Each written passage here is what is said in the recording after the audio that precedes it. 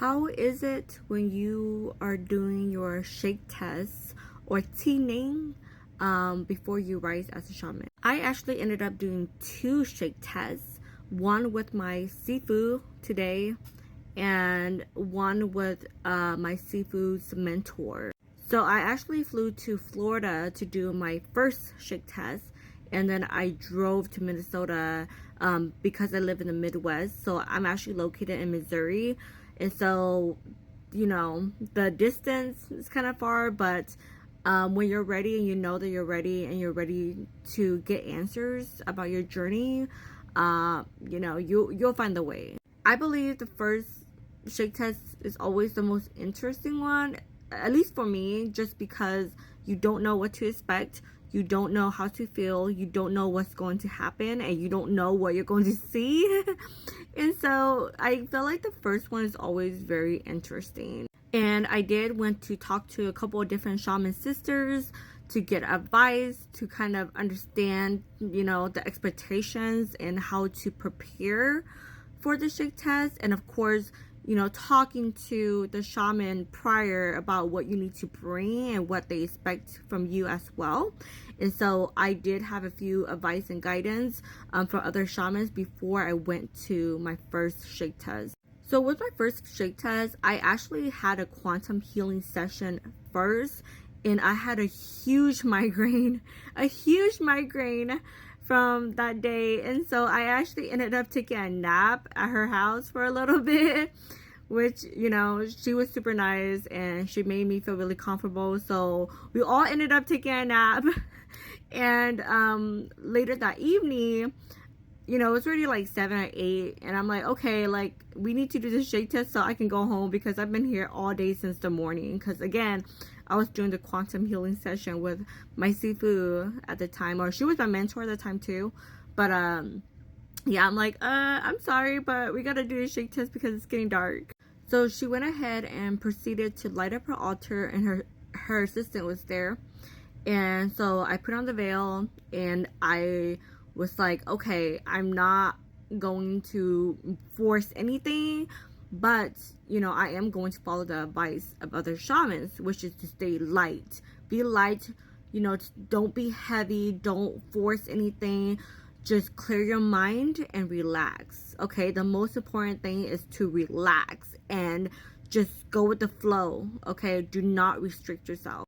And so, she was banging on the gong, hitting behind my back, and it was super, super loud. And I can hear a little bit of words. I don't know what it is, but I can hear some voices, but I didn't understand what the voices were, and it was coming from the gong from behind me.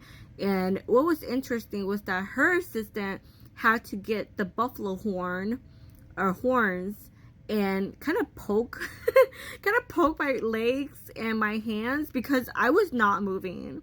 And so she had the assistant kind of motivate my spirit guides and myself to kind of like start moving, because it was going on for, I would say, about 5 to 10 minutes. Because from her point of view, she knew that I was going to shake, but for some reason I wasn't shaking. And to be quite honest, I think maybe it was me, because I was like putting no effort into like trying to move my hands or my legs. And she did tell me, like, hey, your spirit guides is going to need a little bit of help. So if you notice that you need to, like, you have the feeling to move, then help your spirit guides move. But I was so, like, I was trying to believe in it. You know what I mean? It's kind of like, okay, if my spirit guides can actually control my body and make me move, then they're real, So I didn't want to force my body to do something if I'm still kind of doubting myself. And this was kind of the test for me to really prove to myself that I am gifted and that I do have spirit guides and I'm meant to walk this path. Because, as somebody who went to school and, science was hammered into our class, and, I didn't really experience too much paranormal activity too. So it was just like, okay, like, I believe in this. I know there's something there, but I need to feel it. Like, I need to feel the force. And so I was kind of struggling just a little bit, and I'm laughing because it's just I don't know, it was interesting. And so her assistant is like poking my hands and my legs with the buffalo horns. And at first I was a little bit like annoyed because I'm like, I don't know what you want me to do, sir. Like I'm not moving. Like I don't know, like should I just like force myself? Because I know like that wasn't the intention. It was to kind of wake my spirit guides up to start shaking me. But me myself was just like, oh, like I don't want to move. Like I need to feel this force. I need something to just do it for me. Like I don't want to do it. And honestly, it kind of caused me to have a lot of anxiety too. And I started like doubting myself because it was just like I can feel the time going by like so fast. And I'm like, oh my gosh, like she is going to stop hitting this gong any minute now because I am not moving. Like nothing's happening. I'm not seeing anything. Her assistant is poking me and she's going to get tired of hitting the gong behind me. And I think at that point it was already 20 minutes, 25 minutes. And I'm just like, I think she's just going to stop.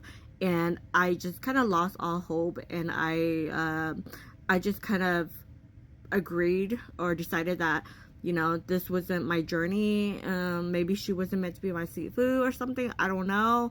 But I started having a lot of doubt as the time went on. And I didn't know what to do. And so once I kind of decided that, I just let go. Like I just stopped thinking. I was just really waiting for her to stop hitting, for her to be like, okay, like, you know, you're not my student, or it's not your time, or maybe you're not gifted. Like, you know, I was expecting the worst, and I just let go of wanting proof.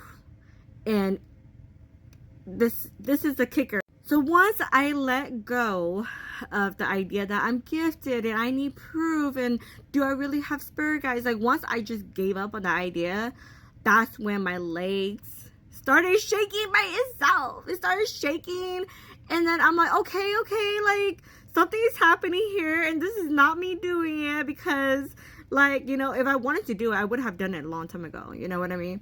So my legs started shaking. And I'm like, okay, like I see you. Okay, well, what about the hands? Let's move the hands or the arms. And it took like maybe a minute or two for my arms to start shaking.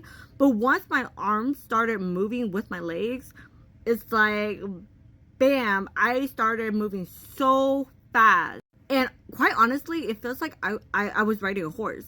I feel like I was riding a horse and we were running at like 50 or 60 miles per hour. Like it was fast and my body was going really fast. I was shaking it so intensely and I started sweating, and I'm just like, okay, this is not me, because I don't have the energy.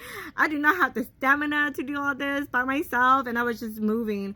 And Sifu, after a while, Sifu was like, okay, are you tired? And I'm like, yes, I am tired, but I can't stop. And so she helped kind of calm my guys down, and that's when, you know, everything calmed down and I was done. I didn't see anything, but I just felt my body moving on its own during the session. And I kind of laughed at the end of the session too, because Sifu was saying that sometimes when she shake people, their spirit guides like to hang out at her altar. And so she was kicking my spirit guides out of her altar after the session, because she's like, hey, we're done with the session now, get on my altar.